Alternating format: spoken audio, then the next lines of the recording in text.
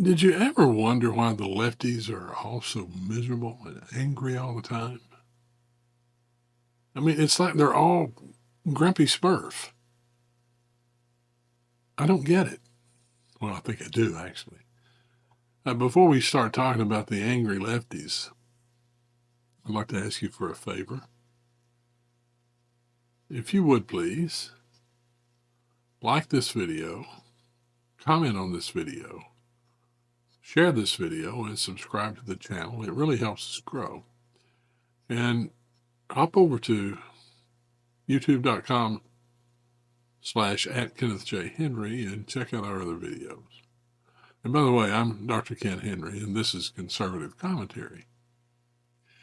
You know, it's hard being a lefty. I remember a song from Kermit the Frog. It said, "It's hard being green." Well, the left sees themselves as so morally superior to the rest of us that it's just hard, and it makes them angry because the rest of us are so stupid and so immoral. You know, I've always said that if you disagree with a lefty, they think you're evil. If you disagree with one of us conservatives, we may think you're dumb, but not evil. And we don't have to depend on the largesse of government to do our busy work. But lefties, they do. That's where they turn, because they know that their approach to the world, their ideas about the world, are just anti-human nature. And so it's the government then that has to foist upon the rest of us who are unwashed the left's version of the world. Here's what Victor Davis Hanson had to say about that particular issue. Joining us now is Hoover Institute Senior Fellow Victor Davis Hanson. Welcome back, Professor. Thank you for being here. Why is there only a hard or far right, but never a hard or far left, according to the media?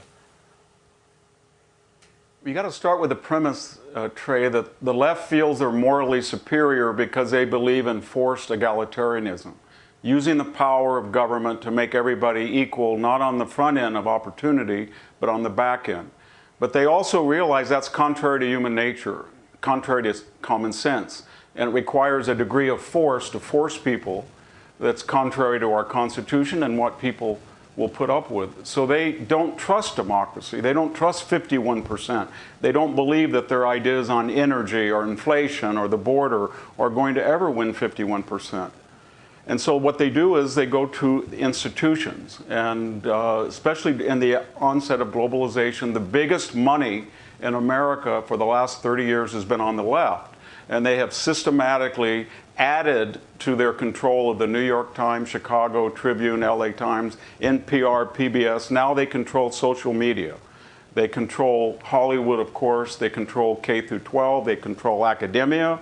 They even control Wall Street and the corporate boardroom. And they feel that even though they don't have the majority of support among the population, and even though their message kind of repels people because they've seen what happens in history, whether from the French Revolution to the Bolsheviks, what happens when you try to force people to be equal and you use government to do it.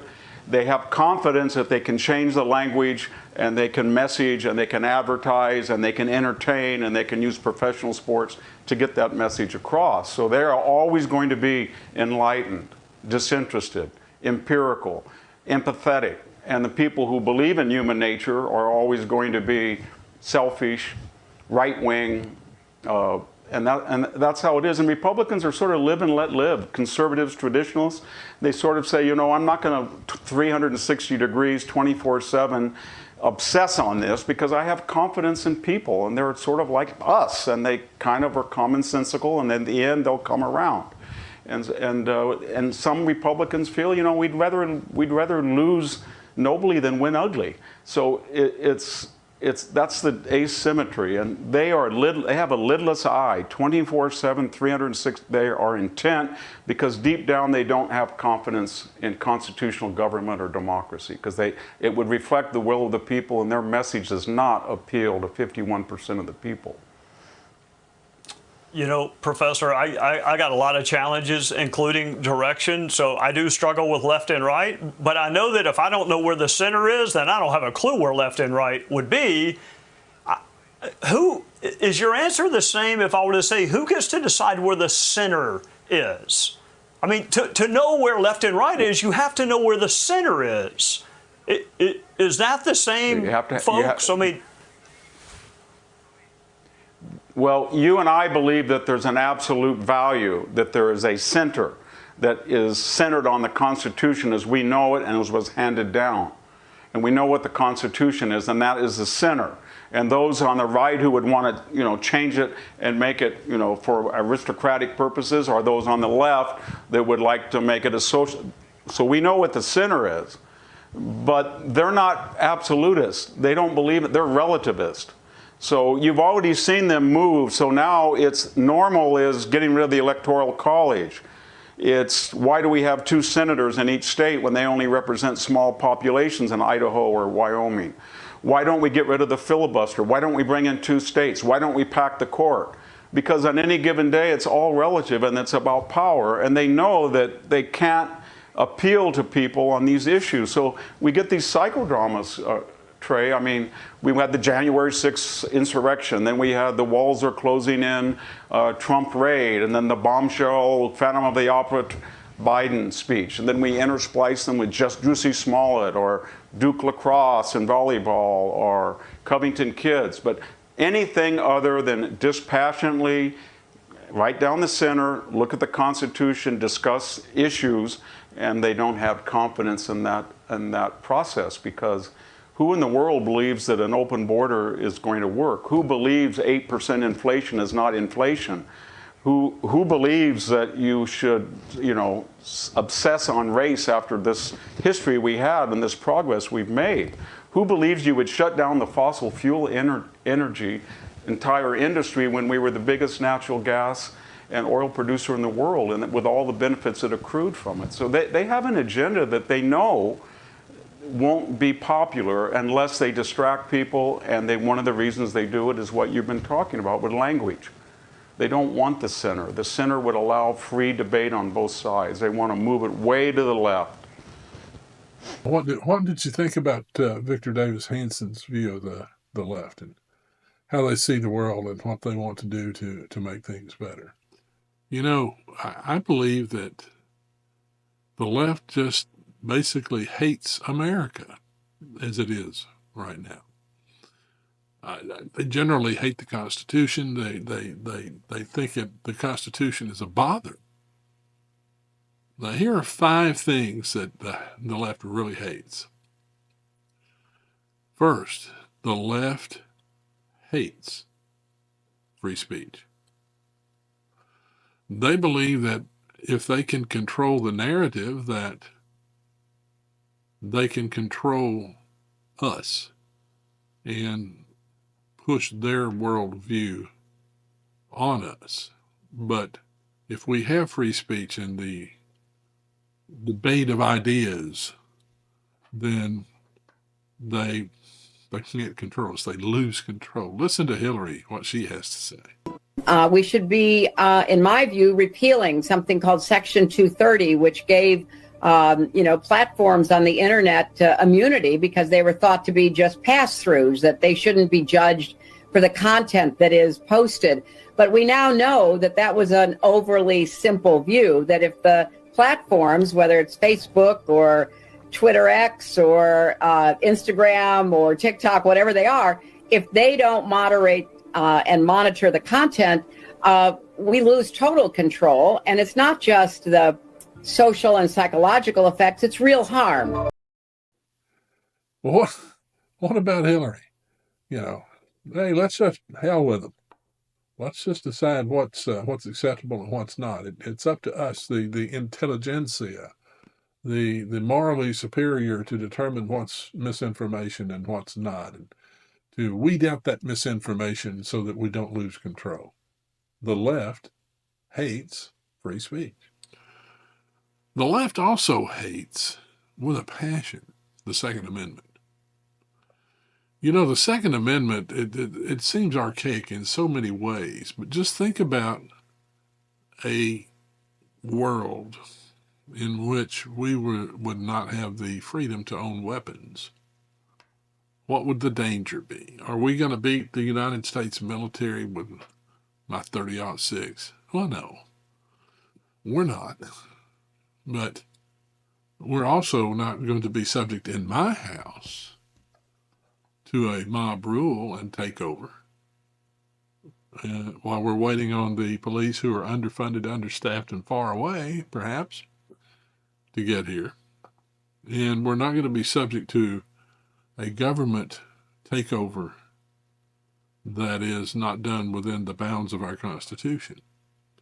But Kamala has a different idea, and she always has had a different idea about what the Second Amendment means and how it should be viewed. Behaviors among everybody in the community, and just because you legally possess a gun in the sanctity of your locked home doesn't mean that we're not going to walk into that home and check to see if you're being responsible and safe in the way you conduct your affairs. All right, guys. So you see, Kamala and the lefties hate the Second Amendment. They just don't believe that it's necessary, and they believe that guns kill people. But you know what? I've got a gun upstairs. It's never been fired. It's never killed a soul. It's the people who kill people, not the gun. You know, the left hates capitalism. My God. You know, the capitalistic society is just so unfair that some people get a lot of capital and a lot of money and other people don't. It's just so unfair. We need to redistribute that wealth, and capitalism is evil. Yeah, they think it's evil. Listen to AOC and what she has to say about capitalism. Capitalism, at its core, what we're talking about when we talk about that is the absolute pursuit of profit at all human, environmental, and social cost. And what we're also discussing is the ability for a very small group of actual capitalists, and that is people who have so much money that their money makes money and they don't have to work, and they can control industry, they can control our energy sources, they can control our labor, they can control massive markets that they dictate and can capture governments, and they can essentially have power over the many. And to me, that is not a redeemable system for us to be able to participate in for the prosperity and peace for the vast majority of people. So you see, the left also hates capitalism. What? You know, it as a form of economic system, it's not perfect, but you know, it's the best that we know in this world. I remember a book from a couple, 3 decades ago. It was called "I Ain't Much, Baby, But I'm All I've Got," and that's kind of the way with capitalism. It's the best that we have that's ever been invented. Now, are other systems on paper better? Yeah, but they don't work, and we've seen that, haven't we? The left also hates equal opportunity. You remember this big push for DEI, diversity, equity, and inclusion. It sounds so wonderful, but it's so wrong. Diversity, for diversity's sake, doesn't help anyone except someone who's less qualified, but because of their skin tone or their gender, they're included. That's not the American way, is it? Well, let's talk about equity. Equity. What they're actually saying is we want equality of outcome regardless of the input. So if you work your fingers to the bone and get ahead, this Yahoo who's in mom and dad's basement at age 35 playing video games should get the same outcome. Equity. That's nonsense, isn't it? But that's where they are because they're morally superior. And inclusion, it sounds so wonderful, but what they're talking about in inclusion is, again, it's reverse discrimination. So that if you're gay or if you're LGBTQ or if you're gender dysphoric or whatever you might be, under their scheme and their view of the world, you should be included. That's fine. But there are some things in which you shouldn't be included. If I'm in a foxhole fighting a war, I don't want a drag queen beside me. I'm sorry. I don't. Now, are there other roles that the drag queen could play in the military? I don't know, maybe. But there are certain things that there shouldn't be inclusion. And just think about this. Why do we not have DEI in the NBA?